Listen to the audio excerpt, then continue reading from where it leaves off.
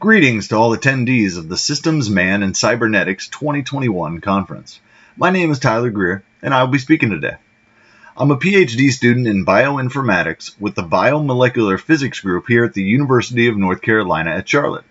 What we're here to talk about is the recent contribution from myself and the corresponding author, Professor Donald Jacobs, to the SMC 2021 Brain-Machine Interface Workshop. Given the time constraints of this talk and the experience of attendees, we will bypass the majority of background information and concentrate more on the novel aspects of our proposed methodology. Alright, let's begin. Let's take a moment to look at the features we wish to represent our signals with and how they relate to artifact removal. First, we should cover some terminology. In this presentation, you will hear me use terms such as basis vectors and modes. Looking at the three-dimensional space in the upper right-hand corner, we can see that the basis vectors Q1, Q2, and Q3 are mutually orthogonal and in this case normalized, which together form an orthonormal basis, or in the Lagrangian sense, a generalized coordinate system. This system represents three dimensions, degrees of freedom, empirical orthogonal functions, or modes, which comes from the physics of harmonics. In a good deal of the related literature, these basis vectors, or modes, will often be referred to as filters. And that's fine, as these types of mathematical operations can be expressed in terms of convolution. With that out of the way, the features used for motor imagery classification largely fall into three categories: temporal features, spectral features, and spatial features. One feature extraction technique that does not neatly fall into one of these is independent component analysis, or ICA. This is widely used for the blind source separation of EEG signals. The proposed work here takes all three types of these features into consideration. At the temporal level, the EEG signals are expanded into a state space that allows for automatically finding optimal temporal alignment. Spectrally, we apply an infinite impulse response filter to construct the mu and beta frequency bands of the signals. These two frequency bands are vital in identifying the event-related synchronization and desynchronization of brain signals during motor imagery tasks. And spatially, our methodology shares similar mathematical grounding in comparison to Ramoser's formulation of CSP, where eigenvectors are procured through the pooling of different class covariance matrices. However, we implement a generalized Jacobi eigenvalue algorithm which is integrated in an intelligent projection pursuit network. The underlying engine of the proposed methodology here comes from our recent publication in Nature's Scientific Reports, which is supervised projective learning with orthogonal completeness, or SPLOC. Let's quickly break this down. SPLOC is supervised, meaning class labels are associated with the data. It is projective, where we execute a projection pursuit approach. Now, projection pursuit, put briefly, is an exploratory technique to search a high-dimensional space for useful univariate projections. Using examples that we are familiar with, if we search a high-dimensional space for univariate projections where variance is maximized, we can replicate the results of PCA absent actually performing eigendecomposition. Similarly, if during our search we optimize the fourth statistical moment kurtosis or differential entropy, we can acquire the independent components from ICA. Next, learning, as we have merged the concepts of projection pursuit and a recurrent neural network.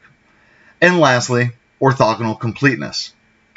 Simply put, the basis sets developed by SPLOC are constrained to satisfy the completeness theorem, which ultimately means that there is no information loss in the transformation at full dimensionality. Here is a general figure for SPLOC where each basis vector, or mode, is mapped to a perceptron. Then all perceptrons undergo competitive learning as basis vectors are evaluated by a decision triad for acceptance of signal to noise, statistical significance, and quality of clustering. The big takeaway here is that whereas projection pursuit methods for PCA and ICA optimize for variance or statistical independence respectively, SPLOC seeks to isolate an ambiguous metric, discriminatory information. With the general description of SPLOC covered, let's now concentrate on the application in the motor imagery brain-computer interface domain. The pipeline that merges SPLOCK with this objective we are referring to as Supervised Projective Learning for EEG Analysis, or SPLEEGA. Feel free to pause the video to peruse the workflow shown here. However, we will be periodically coming back to this diagram as we progress with an example test subject. So, the first pre-processing step applied to our raw data is the partitioning of trials and the referencing of signals. Alright, the dataset used here is from the 2017 work published in Giga Science by Cho and others, sometimes referred to as the GigaDB motor imagery dataset. Here we have naive subjects who performed left and right-hand motor imagery tasks, which were sampled at 512 Hz. Bad trial indices are provided along with the raw data. However, it is worth noting, we include the bad trials in this approach as a real-time solution should be able to handle these types of outliers. The sparse sensor channel configuration shown in red rectangles included the C3 and C4 channels, with raw signals being referenced relative to the average of the mastoid channels indicated by the blue ellipses. After the EEG signals are referenced, the motor imagery trials were partitioned at a length of 2 seconds, which corresponds to 1,024 samples at 512 Hz. The first quarter second, or 128 samples, were omitted to compensate for human reaction time. This choice, in comparison to omitting the first half second, will be touched on shortly. From this point forward, we will use the C3 electrode as we develop an eigenchannel using SPLOCK, and the same process applies to creating other eigenchannels. Now, when we use the term eigenchannel here, we are referring to a characteristic set of basis vectors that separate the motor imagery signals from the resting state. Next, we apply an infinite impulse response filter to our partitioned trials to acquire the mu and beta frequency bands of our signals. More specifically, we applied a fifth-order Butterworth filter to our raw trials where a randomly selected trial is shown at the top of the left-hand figure here. The mu frequency of this trial, defined as 7 to 13 Hz, can be seen in the middle, with the beta frequency defined as 13 to 28 Hz along the bottom. This bifurcates our original signal, and the resulting motor imagery trials are now of size 1024 by 2, which corresponds to the C3 mu and C3 beta components.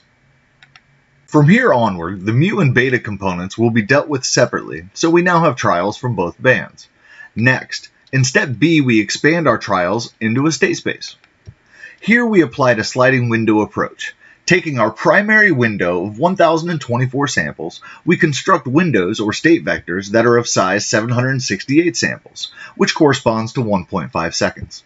The state vectors are offset temporally by tau, here being 8 samples or around 1500 milliseconds. This results in a 32-dimensional state space that spans a half second. Essentially, we use the state vectors to build a sense of memory into the trials that are presented to SPLOCK, which will automatically favor the ones that lend themselves to the goal of discrimination.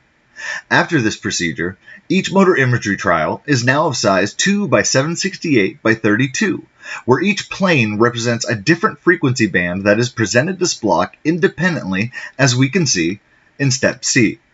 Here we train SPLOCK to discriminate between the motor imagery trials, left hand and right hand combined, and the resting state signals acquired during experimentation.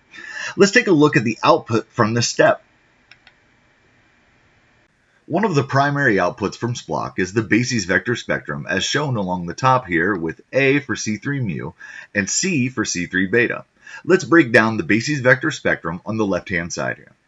The 3 subplots represent the rank ordering of the developed basis vectors by the decision triad. The 32 dimensions of our trials that were presented to SPLOCK for training have now been partitioned into 3 types of basis vectors: discriminant or D modes represented by red bars, undetermined U modes shown in yellow bars, and indifferent or I modes with blue bars. The discriminatory D modes are the only ones that have passed all 3 evaluations by our decision triad. This allows for more control when performing dimension reduction. In this application, we will only use the D modes. However, it is worth noting that through undirected orthogonal rotations of our undetermined subspace, we can induce creativity for discovery-based optimization, as was the original intent of SPLOCK. This separation can be seen in a mode feature space plane, or MFSP, as shown along the bottom in B and D.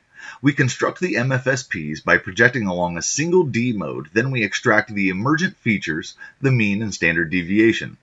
Each filled-in circle in the MFSP represents a motor imagery trial used for training, while the empty circles represent trials that were unknown to the machine.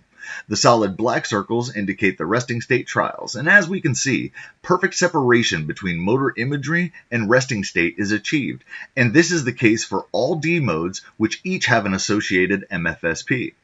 An unexpected byproduct at the eigenchannel level was the advanced clustering we see here.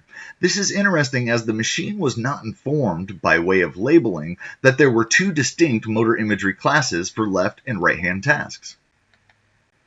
The showcase output of SPLEEGA is the brain map, as shown here, which gives us a bird's eye view of the artifact removal process. On the left-hand side, we have two SPLOCK BASIS sets from channel C3 where we just completed two SPLOCK runs at each frequency band. A red circle on the map indicates at least one D mode was found during training. Here we have two red circles which correspond to the two discriminatory subspaces identified by SPLOCK. The construction of the eigenchannel occurs through the direct sum of these two subspaces. Continuing our example from the previous slide, when 14 D modes are identified at the mu frequency and 9 D modes identified in the beta frequency band, the direct sum of these subspaces, as depicted on the right-hand side, results in a combined subspace at a dimensionality of 23. This is our C3 SPLEEGA eigenchannel. We then execute the same procedure for C4, which completes phase 1 of the SPLEEGA algorithm. After the desired number of SPLEEGA eigenchannels are constructed, we perform another direct sum of the eigenchannel subspaces. Projecting all the trials into this combined subspace, we have separated the motor imagery signals from the resting state signals, or noise. The next step is to take the newly transformed signals and perform SPLOCK a final time. Here our labeled classes are left-hand and right-hand motor imagery trials. The result of the final SPLOCK run is the SPLEEGA eigenbrain. This is the set of discriminatory basis vectors that separate left-hand from right-hand tasks as shown in an MFSP in the upper right-hand corner. After the eigenbrain is constructed, we only need to project onto the first D mode containing the most discriminatory information according to our decision triad. As is readily apparent, the advanced clustering at the eigenchannel level lends itself to the separation of left and right-hand motor imagery trials. Next, a support vector machine is trained using only the training trials, then a decision boundary is applied directly to an MFSP. The support vector machine can also be trained using the MFSPs for multiple D modes. However, here we show the utility of using just the top SPLEEGA eigenbrain D mode. Now that we have our SPLEEGA eigenbrain developed using only the training data, we then pre-process the unknown trials in a similar fashion. After projecting all unknown trials onto the top SPLEEGA eigenbrain mode, we then apply the support vector machine decision boundary from training to the MFSP. This entire classification process, including the required pre-processing, can be performed in less than 100 milliseconds. The results from our test subject were acquired at 4 training set sizes, where 5, 10, 20, and 40% of the motor imagery trials were used for training at both the eigenchannel and eigenbrain levels. Presented here as a proof of concept, the utility of SPLEEGA using only 5% of the available motor imagery trials results in a prediction accuracy of around 93%. Since the time of submission, we have been able to achieve advanced clustering at the eigenchannel level for 10 out of 52 subjects from the GigaDB dataset, with more currently being evaluated. We would like to take a moment to provide a glimpse into where the current work is headed. Shown here, we have a SPLEEGA brain map for subject 26. This methodology could provide a more informed manner of channel selection in terms of discrimination. Executing SPLEEGA over all 64 electrodes, we begin to paint a complete picture. An analysis over 52 subjects has resulted in each having around 80% of the electrodes found to have discriminatory eigenchannels. An exciting avenue we are currently pursuing pertains to a comprehensive analysis of the D modes that exhibit advanced clustering characteristics, such as the canonical angles of subspaces, which could allow for an even more informed method of optimal channel selection. I thank you all for your time and the Systems, Man, and Cybernetics Society for this opportunity.